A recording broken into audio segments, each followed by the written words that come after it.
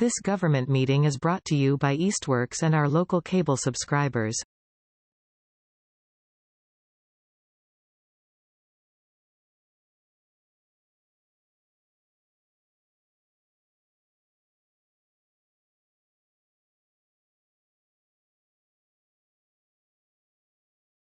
Good morning, everybody, or maybe I should say good afternoon. I have no watch, so I can't tell time. But this is the April meeting of the Council on Aging Board. I guess if we could start off with just everyone introduce themselves. And let's start with our two friends who are from away, Stan and Tom. Tom Brown, I'm here. Okay. All right. Pat Ruff. Marie Ferraro. Kathy Schweitzer. Joe Banis. Cynthia Terrell, COA Director. Kathy Carey. And we have Louise now. Can you hear us, Louise? Can you speak? I think so. Can you hear me? That's good. That's good. We're good. Okay. I guess let us move on now to item 2, acceptance of minutes from the March meeting. Board or the chair will entertain a motion concerning the minutes. I'd like to make a motion to accept the meeting minutes from March 19th. Okay. Pat Ruff moves to accept the minutes. Second. Marie Ferraro seconds. Okay. All those in favor, raise a hand. Aye. Okay. I see Louise, Stan, Tom, and Stan are all in. Okay, we're good. Super. All right. Item 3, public speak, up to 2 individuals, 5 minutes. We have no members of the public in attendance, either electronically or in person, so we will move past that. Item 4, Highland Valley report. Patrick? I have nothing exciting to report as usual. You know, our board, I wrote down some notes this time just because our board meetings are really realistically that I'm in. Mhm. We talk about personnel, we talk about the finances, we talk about the meals. So there's nothing really that jumps out usually other than stuff that they're working on and stuff that I can't really talk about. So the short answer, nothing to report. That was a long answer, actually. That was a long answer. That's good. I felt like I had to juice it up a little bit. Okie doke. All right, moving on. Item 5, director's report. Okay. Cindy, the floor is yours. Okay.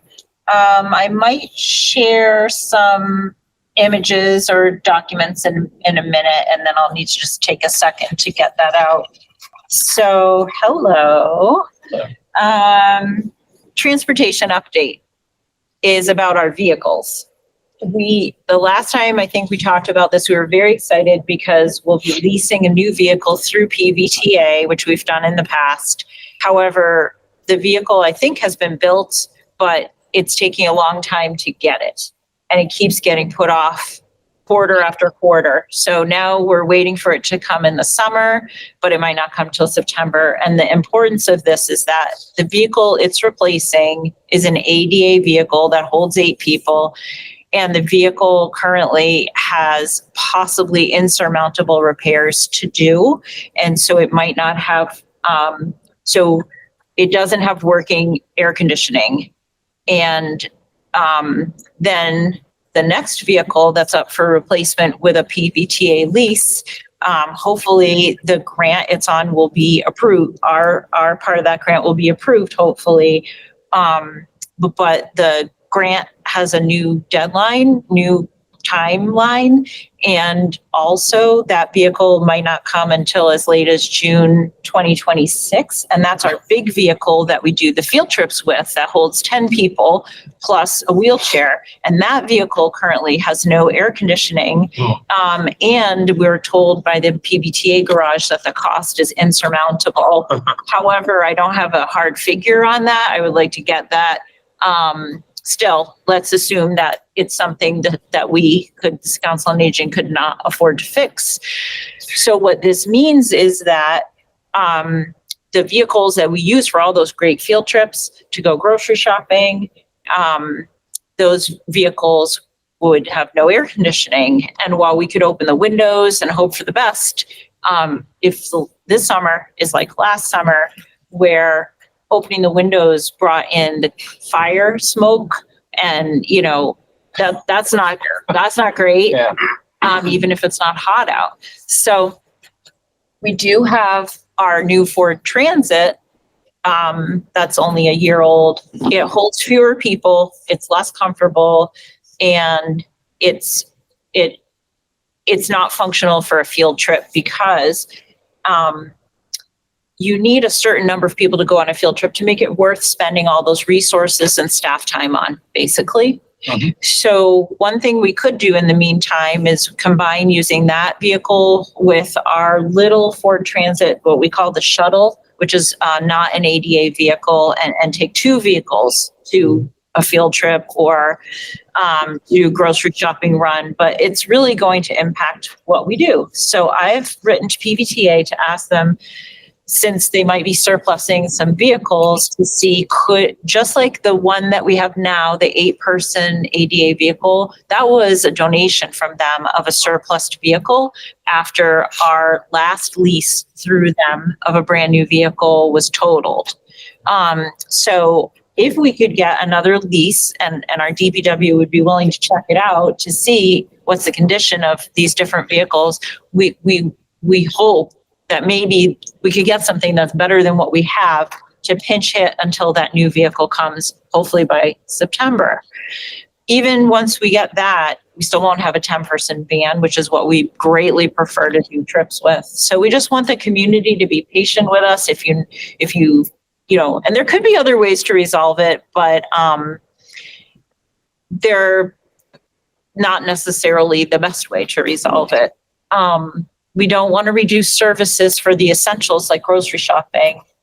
But we also don't want to reduce field trips if we can help it. So it's really tough. Even if you handed us $150,000 today, we can't just go get another Viper 1 because of the delays. That's what's happening with Viper 2 right now with its replacement. Does anybody have any questions about our fleet issues? How many do those other smaller Ford Transits hold each? Okay, so the little Ford Transit that does not have a vehicle lift for a wheelchair, that one can hold one person in the passenger seat and then up to 3 people in the back. But some people find it very uncomfortable to climb in and out of a minivan. It's just a fact. Just like the 15-person van the city owns that we're allowed to borrow, our people find it very uncomfortable to climb in and out of a 15-person van. Then the other Ford Transit, the new one, can technically hold about 5 to 7 people, depending.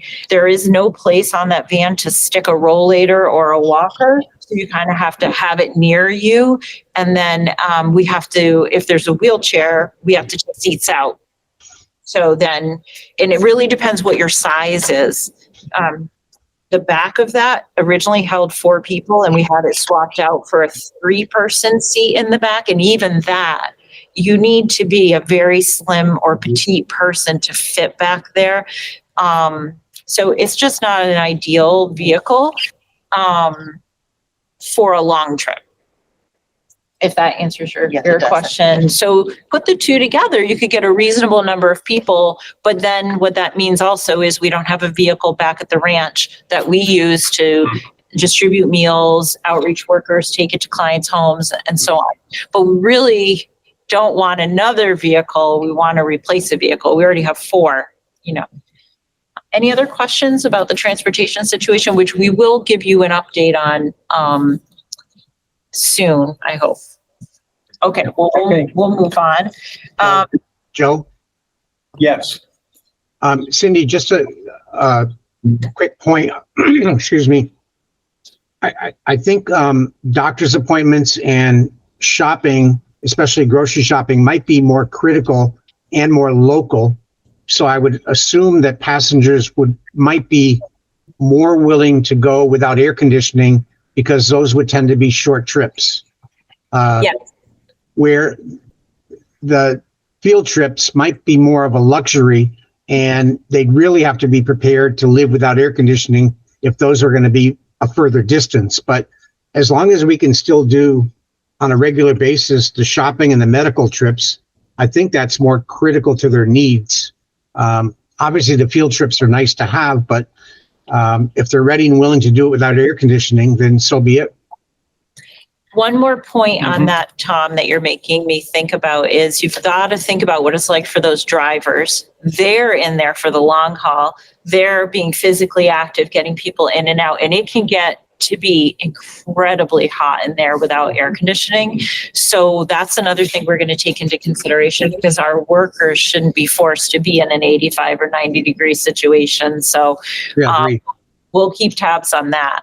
All right. Well, with Tom's final urging on that, which is exactly what we're talking about at the center, thank you. I'll move on to the follow-up on non-resident use. So the last time we were here, we said we'd come back with staff to discuss this some more.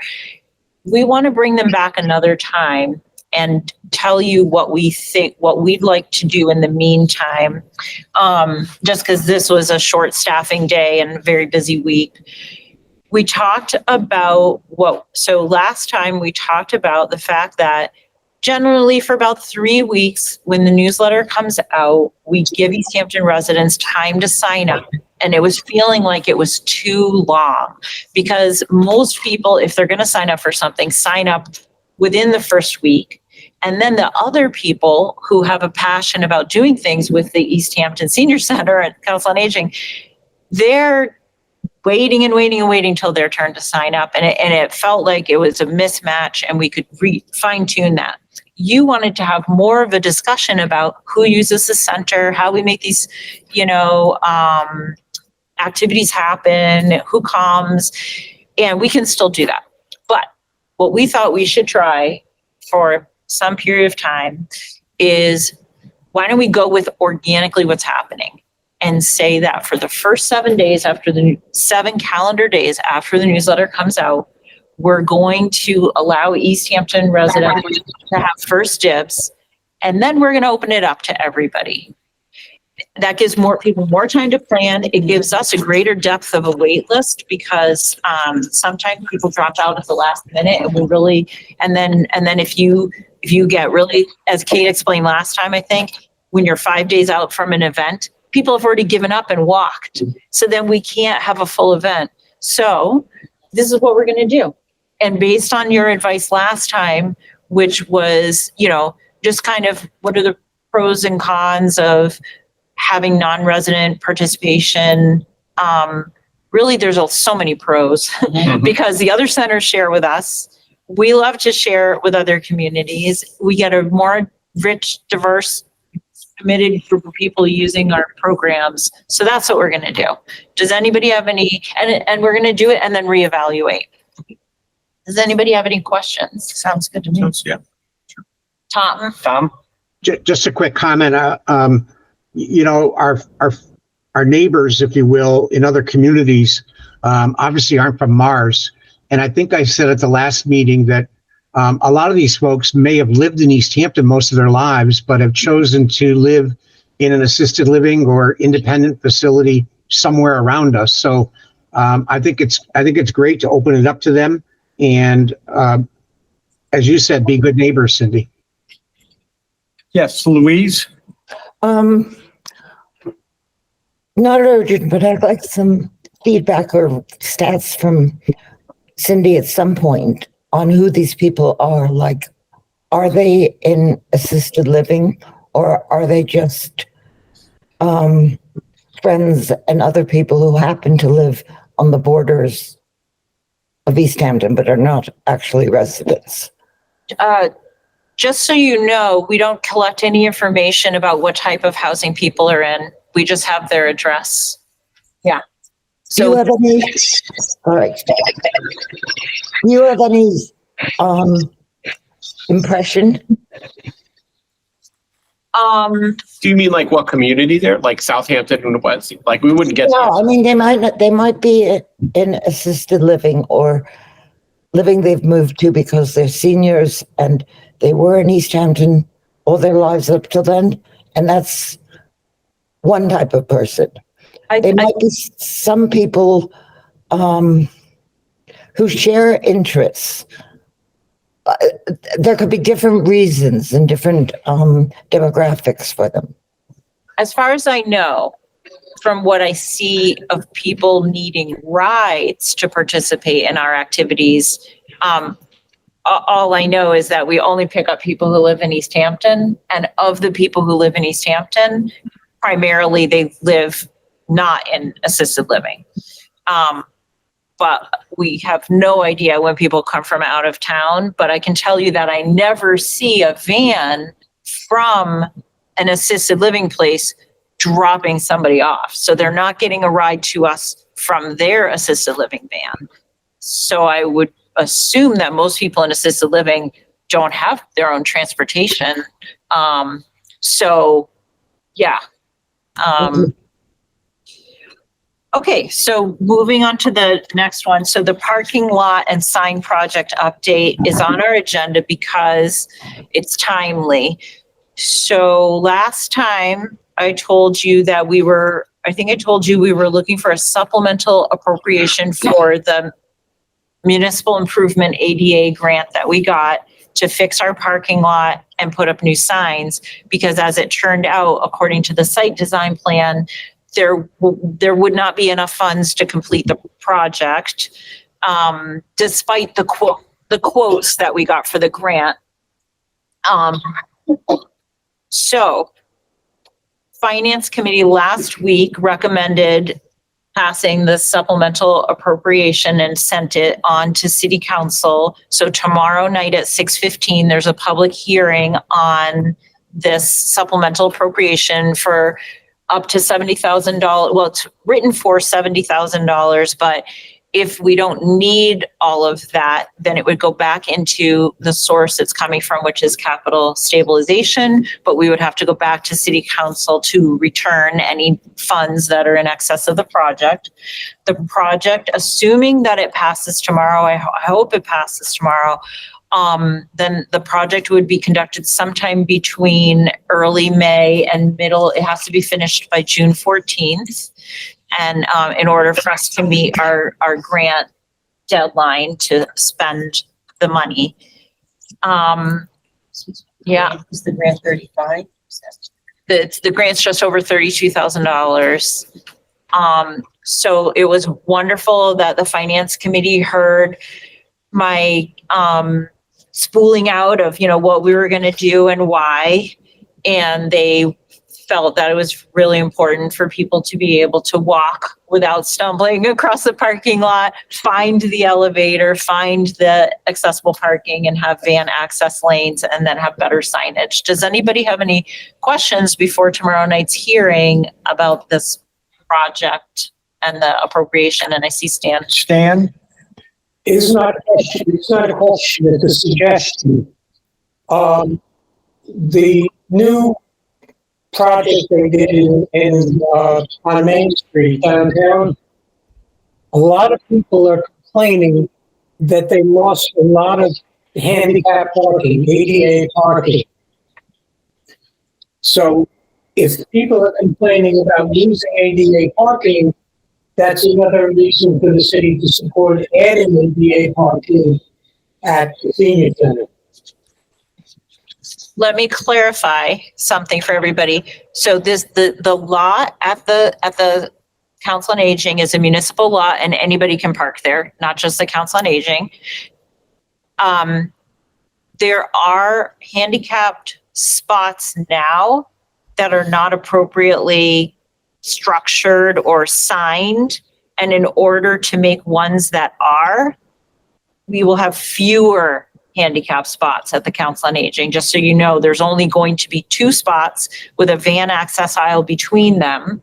They'll be wider, but in order to do this project, we couldn't out of the number of total spots that there will be remaining, we could not justify having the same number of spots we had because it would leave so few spots that are not handicapped that then if there's nobody parked in like 2/3 of the parking at the Council on Aging because they don't have a placard, then nobody gets to park there except for, one or two people. So we couldn't justify that. So what we're doing is using the minimum number of spaces that you need to have per parking spaces, and they will be improved spaces. So I don't want to give people the misimpression that we're making either more parking for handicap spots or even the same number of handicap spots. Mhm. Okay. Okay, Louise? Yeah. So we'll have 2 spots, but stop telling me. There'll be more appropriate spots, right? I mean, taking it also personal. I have a handicapped sticker. I don't need the actual,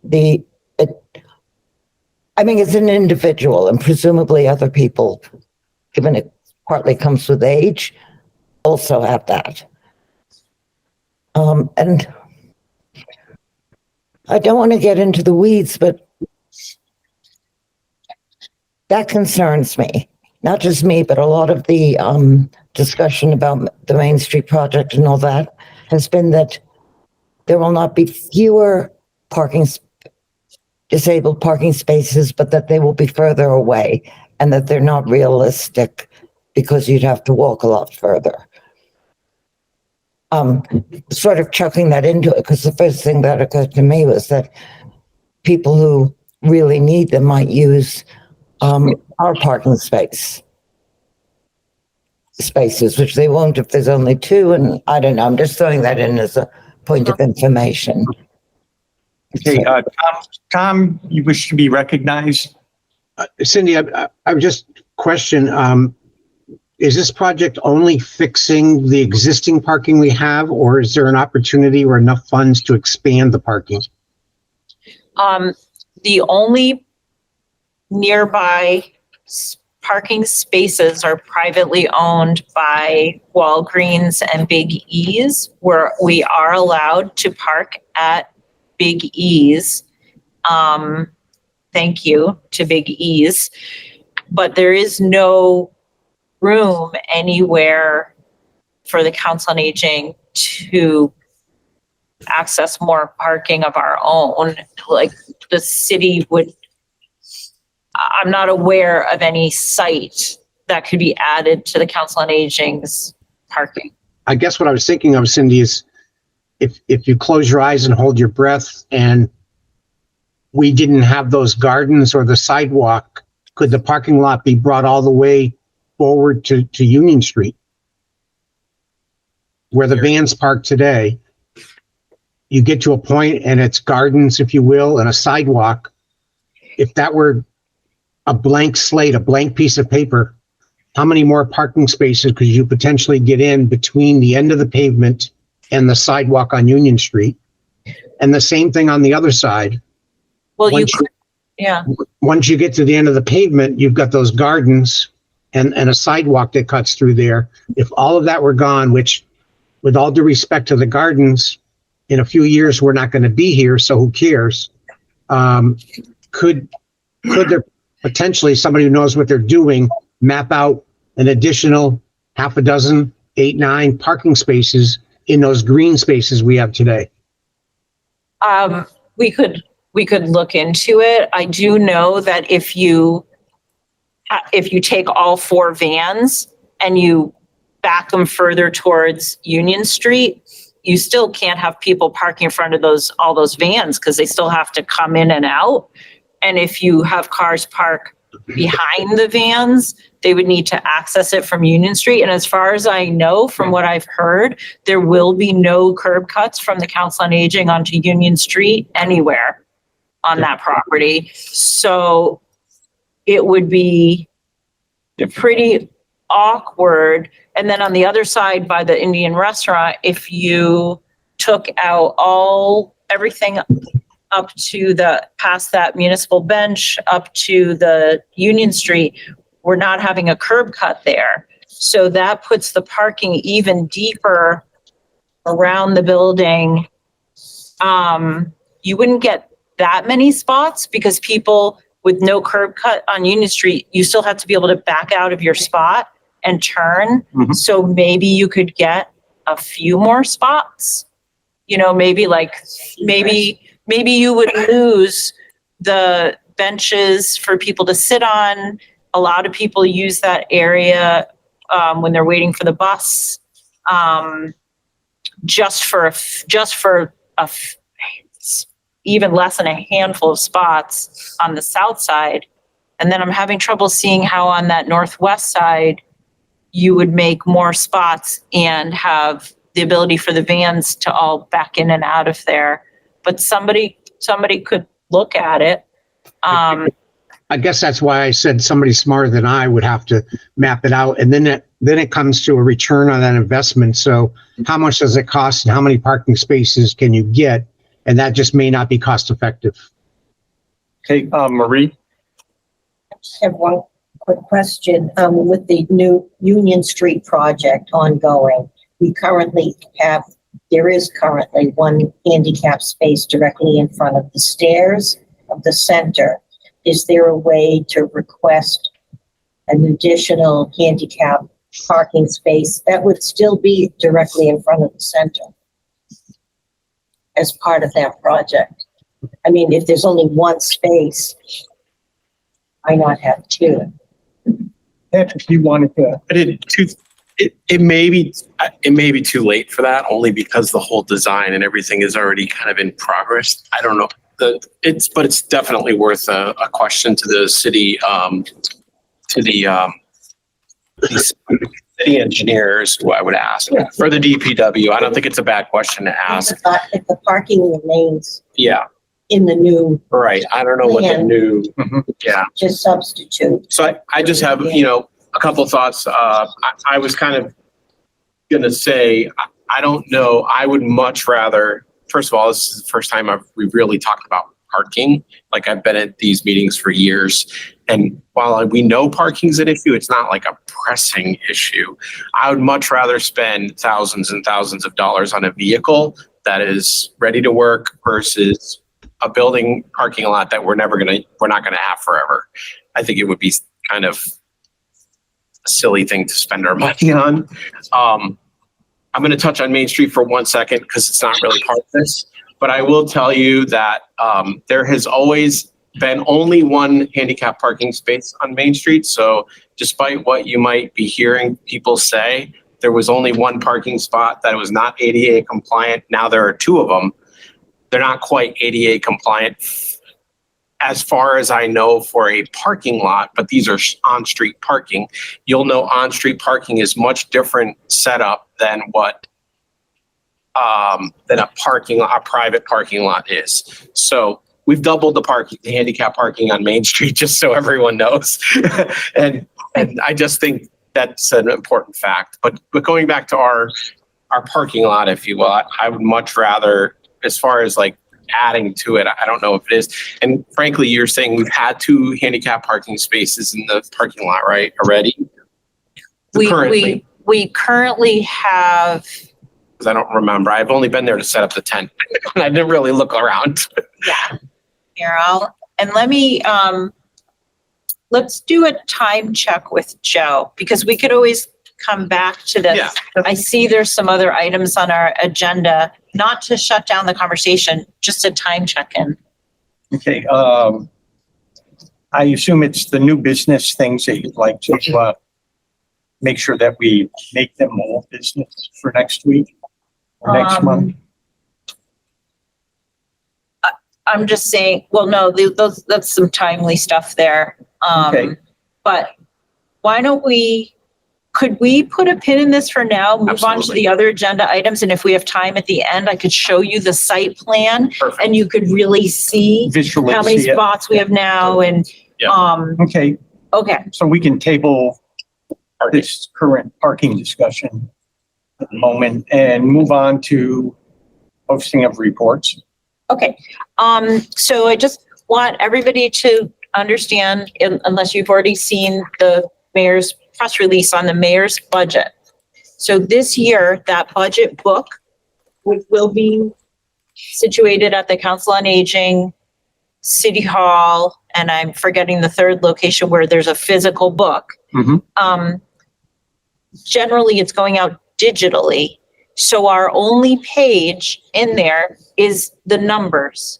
If you want the information that used to be in the budget book, which is our highlights, I've made a page on our website at the mayor's request. So it's, if you go to our website, which is easthamptonma.gov, and then go to Council on Aging under departments, I now have a page called Annual Reports. And so there's some highlights there, the kind that would have been in the budget book. I also put on there, you had asked me to share the state report I sent in. So that's on there. And I will keep doing that every year that we send our reports. I also created a number of statistical documents that I did put up there briefly. The problem was that they come from our database and they don't have the city's branding on them. And we can only have, we should really only have pieces on the city's website that have the city's style. Mhm. And it would be a lot of work to take all those statistical reports I created and make a report, but with more advanced notice, I can do it. So what I'd like to work towards is the Council on Aging having an annual report that is for us, our community, not it, because the state one is just, in their format. So something that gives good information that people can use and isn't just going to sit on a shelf and has our branding and everything, but it's just going to take time to get there. So do go to that webpage, annual report, and then you'll see our highlights that normally would be in the budget book, but you can also come to the Council on Aging and see the whole budget book if you don't have access online to see what they're posting online. So that's all that is. And that's all I have for the director's report, unless we come back to it at the end of this meeting. Okay. Cool. All right, let's move on to old business. So we didn't have anything today under old business that Joe and I thought of, but if there's something that a member of the board has thought, oh, we never came back to that, please let Joe know. Is there anything we've sort of like slid by, without you? The picnic on the 7th, I don't know if that was ever clarified. Okay. The menu and Yeah, what people were going to be Okay. doing. okay. That type of thing, because I know that there was a discussion about what type of food, this and that. I was curious about what type of people actually participate, because there was talk about workers, city workers. Yep. There might, I don't know. I was just curious about that, because a lot of the people that are coming, they're not going to be able to go through a buffet line. They're not going to be mingling, and is there going to be people there to assist them? Okay. Joe, can we talk about the picnic? Absolutely. Okay. Great Okay. questions, Kathy. Throw it out a little Would bit. you like to join the planning committee? I can do that, I yeah. would love that, So, because that would help us. So we have a small group that has offered. You'll learn in time. not ask questions? Okay, No, I'm just teasing you. yeah, Okay. because you just got out some things that I hadn't really thought about yet, but we do think about them. For example, Yeah. so the format of the food, we took your advice into account about having food that you can both eat at a table or you could eat standing up if you chose. And so it's not a buffet. There will be some things grilled on site.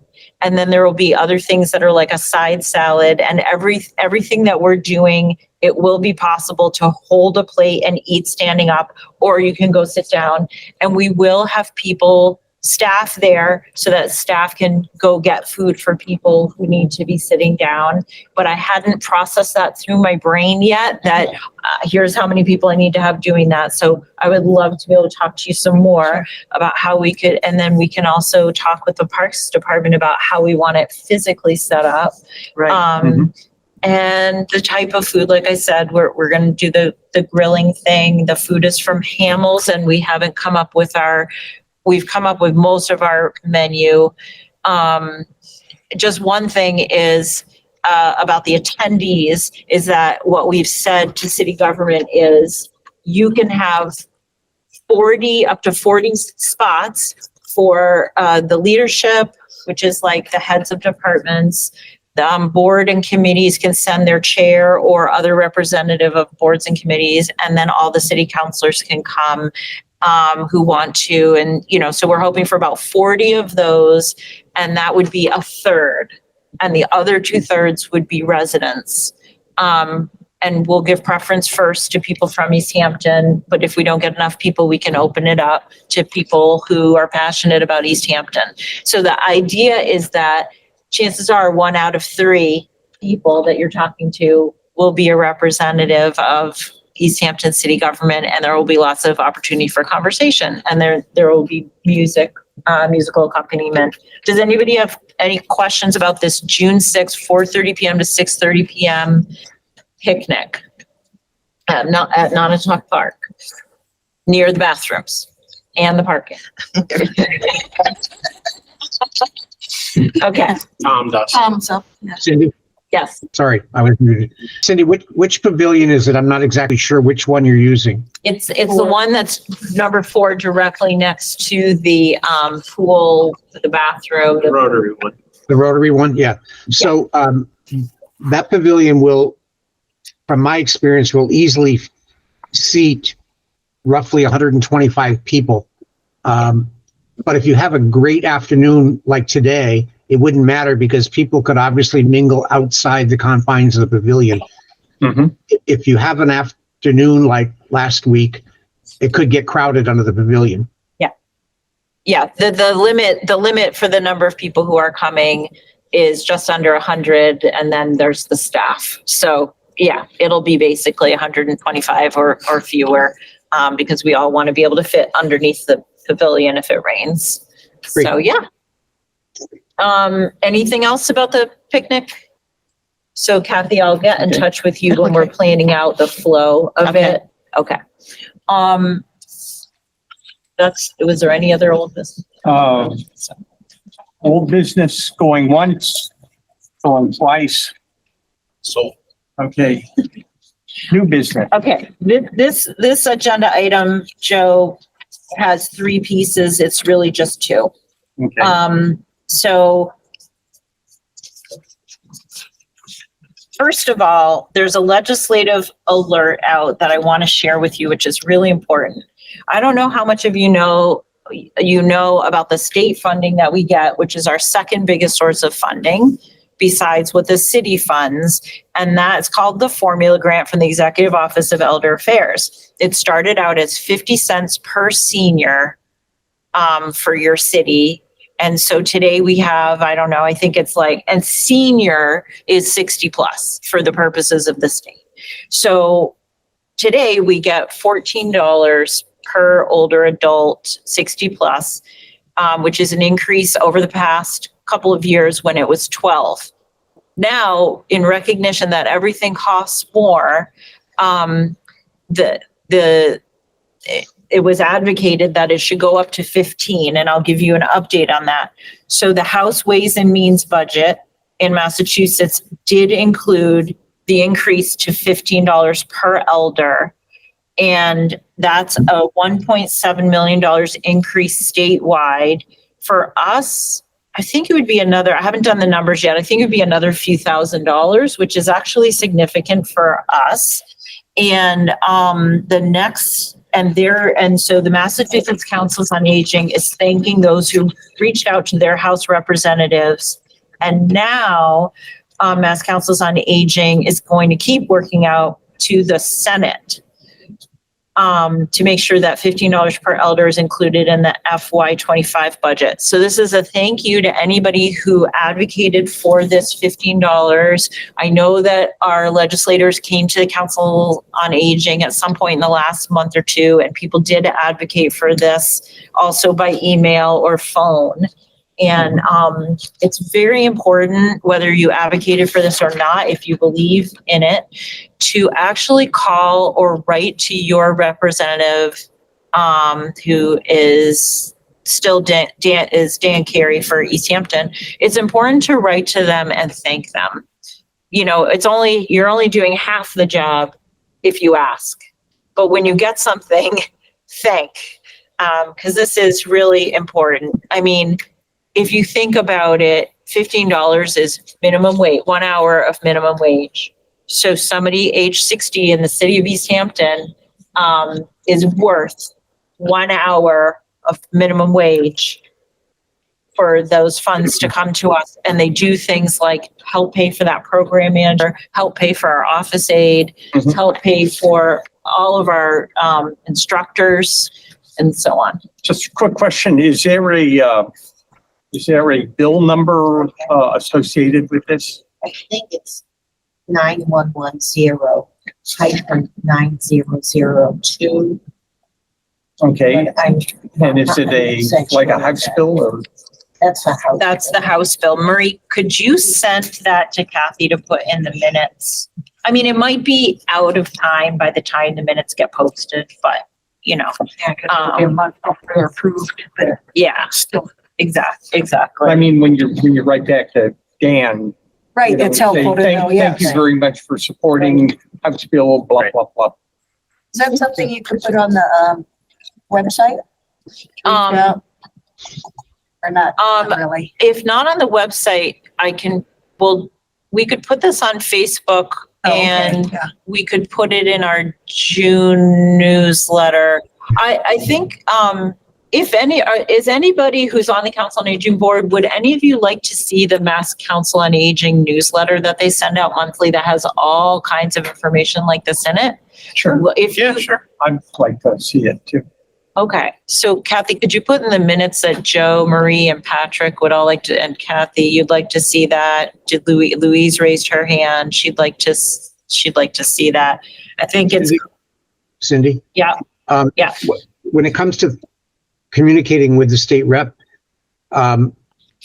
just something I had done on a personal nature, I had reached out to Dan years ago with a request and then followed up with a thank you. And I did that all electronically with email. I'm not so sure we'd have to worry about or should be considering sending like an actual letter as opposed to just an email. Yep, and email, Yeah. that's what we mean, email. These days it's email, Okay, Yeah. great, thanks. I thought you meant a letter. right? Or you can call. And if you want to look up anything on mass.gov, you can find the State House, you know, and the links to every legislator and their office information and so on. But you can also just simply check our newsletter, which is actually coming out either tomorrow or the next day.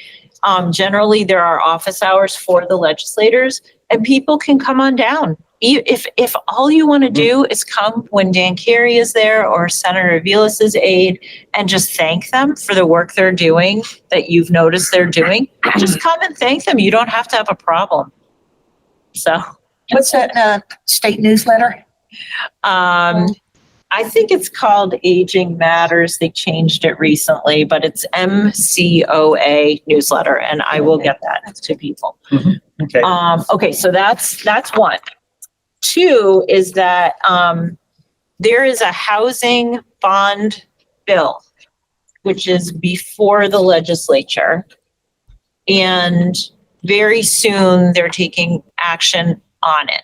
It doesn't solve every housing problem in the state of Massachusetts, but the goal of it is to increase the supply of housing and do various things related to housing. It will be taken up at our housing forum on Monday, May 13th, and the legislators are coming to that forum to give an update on that bill, which I think even that week is being taken up, maybe in the House. I've now lost track of that, but that's something to really pay attention to as well. And it could have a big economic impact going forward, not just on people generally who need housing, but also older adults. So just something to keep track of. And I know advocacy is important to the board. So, okay, so I just wanted to call your attention to that. Cindy? Just one other quick thought on the state rep and communications. Obviously, as we all know, Dan is leaving that position, and there's a strong possibility that our next state rep will be a good friend to Easthampton. And it might not hurt as that time gets closer that we make sure that he's totally aware of the issues and whatever facing Easthampton and that he's going to face as a freshman legislator. Yeah. Tom, is it permissible for you to make that name of the person known? Oh, sure. He's announced he's running. It's Omar Gomez, the current president of our city council. Gotcha. Okay. In fact, I have to believe he would be at that picnic. Or he may be at the event on May 13th as well. May not, because he's not in that position today, Joe. But just I'm going in that. I'm not in that position either. So right. Well, yeah, I don't know. You're right, though. He could be there, but I would place a high bet on the fact that he would be at the June 6th picnic. Mm-hmm. Okay. Louise, do you have a comment? You're up.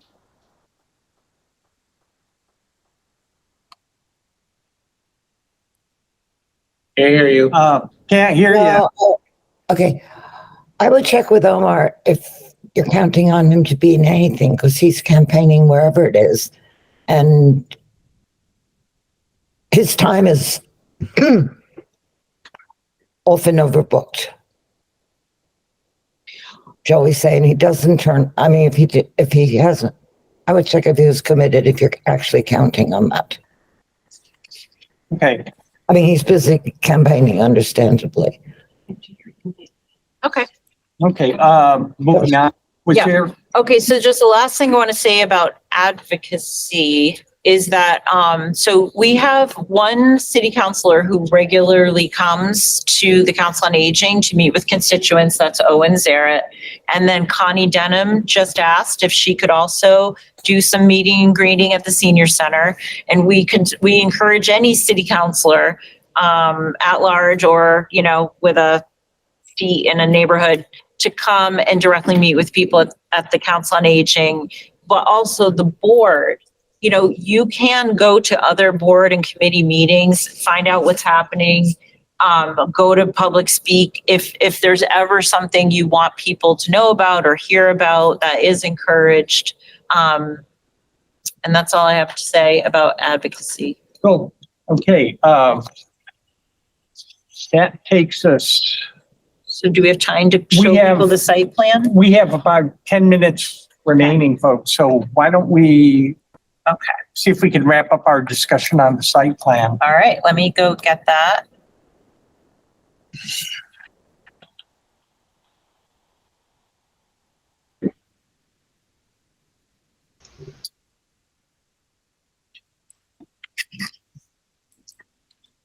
Just gotta, like I said, it's just, I can't talk and do this at the same time. So now I gotta go find it.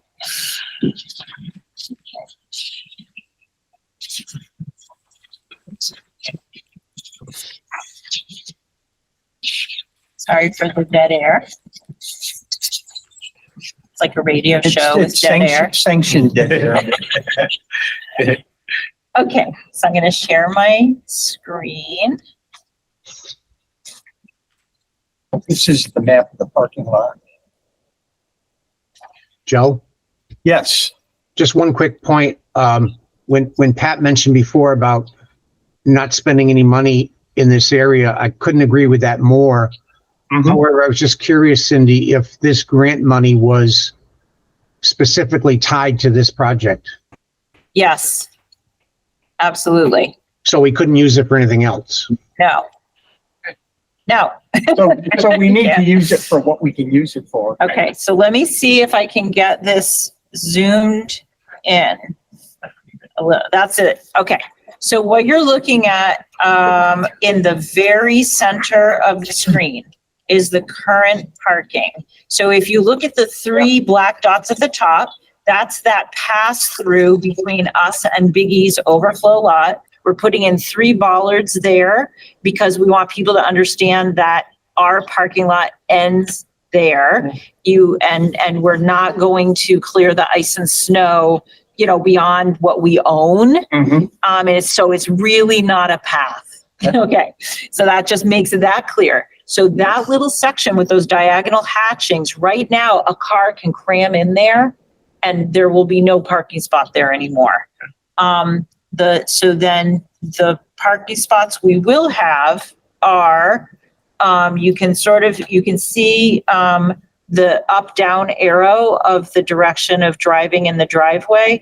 And then to the right of that, there's a 9. So that's 9 foot width that way. And then the next one, another 9. Right now they're narrower. And then another 9. And then another 9. So that's 1, 2, 3, 4 spots. And then 5 spots. Then we come to right at the top there, you'll see that the van access spot. Whoops, sorry. Keeps doing that. Stop that. Okay.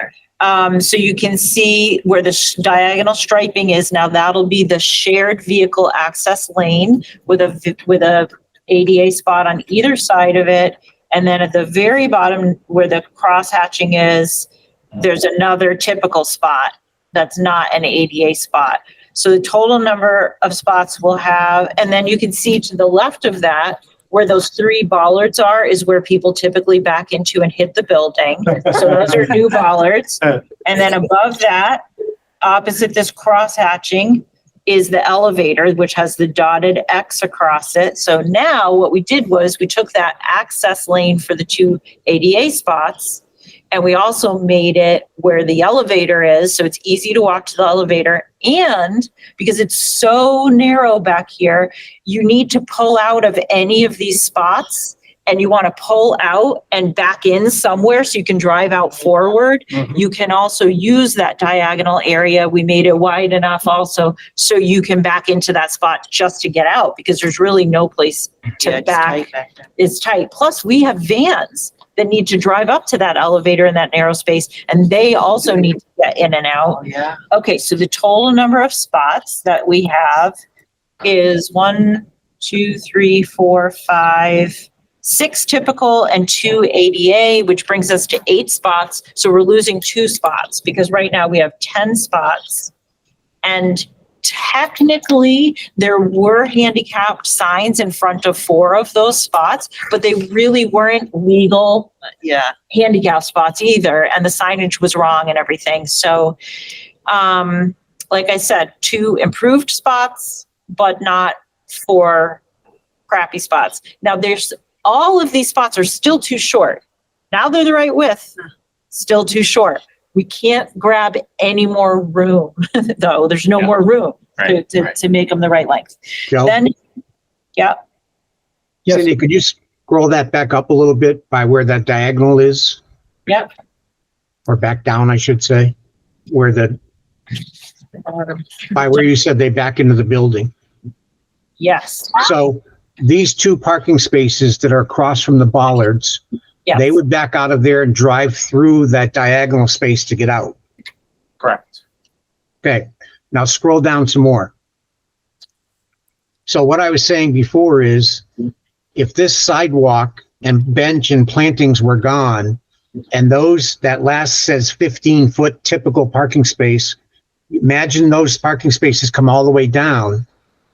I'm not sure why they couldn't back out of there the same way, back into your AC units instead of the building, and drive out the same way the 15-foot typical one does. True. And there. Yeah, I mean, you would not just lose the planting on, if you see my cursor, to the right of the sidewalk, you would lose all the planting in front of the AC units, and you would probably have to lose these trees here because and then the other issue is, so the pedestrian access for the elevator, unless you want to walk all the way around the building, you need this sidewalk to get to the pedestrian access of the elevator. It's kind of nice to not have it not have the whole route to the elevator be, And that's. Right. at risk of getting hit by a car Yeah. that's pulling out of the parking lot with such a narrow space. So at least you're protected for quite a bit of the way from cars as you walk from Union Street to the elevator. Right. Now, let me zoom out and just show you a little bit more of this plan.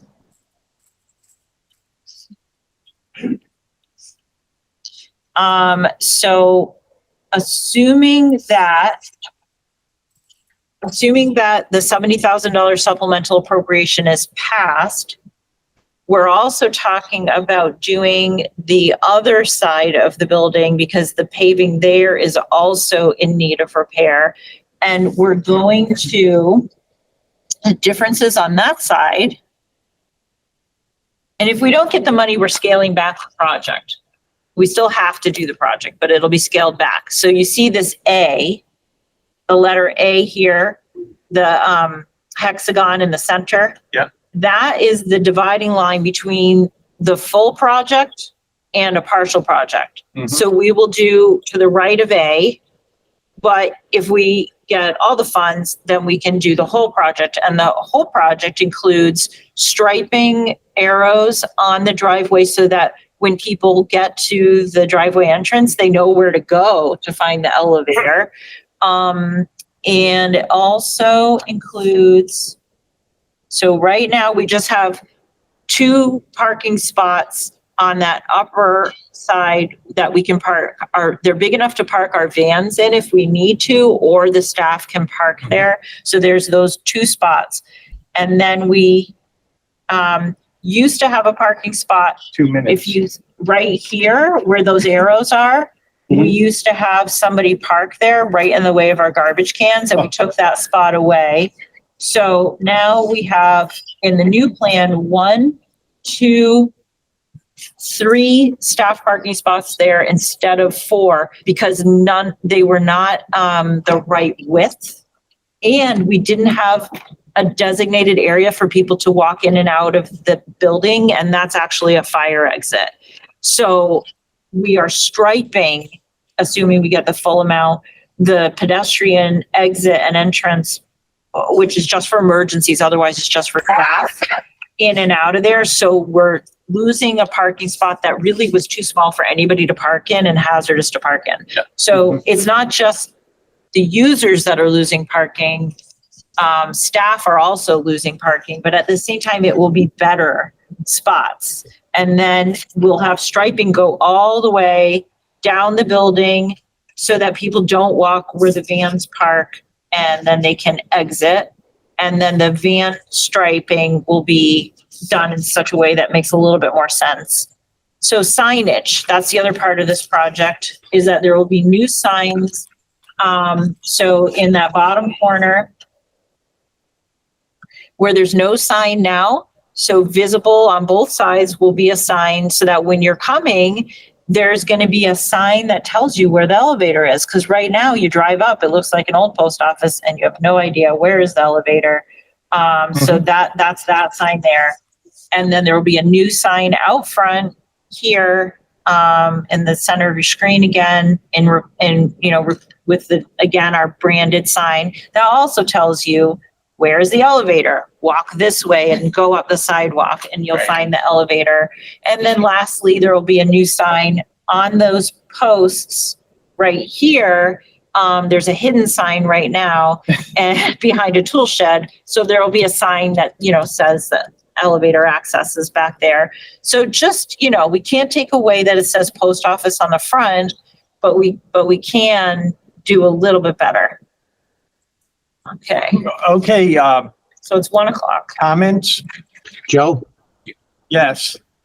Cindy, one question, I don't know if you've already heard it or not from the finance subcommittee, or you'll hear it from the full council. Someone may ask, why is the city investing in upgrading the pavement here when we would be vacating the building? And you've probably already thought of it, but my quick answer to that is it's an investment in the property that will someday be used for something either by the city or private entity, and therefore you add to the value of it, so to speak, if this investment's made. Yes, Finance Committee did raise that as a positive, but they also stated that they don't want to go another 5, 8, 10 years or however long it would take to build a new senior center with people stumbling over cracked and broken pavement, and not really, So they were in full support in both directions. Yeah. Good. It's kind of a proactive safety issue in general. Yep. Okay, Knowing the life of pavement in New England, it might only last about 5 years anyway. hang on. The chair will be happy to entertain a motion to adjourn. I'll make a motion that we adjourn. Well, second. So moved. Happy seconds. All those in favor, raise a hand. Okay, thank you very much, folks. We will be back with you next month. Thank you.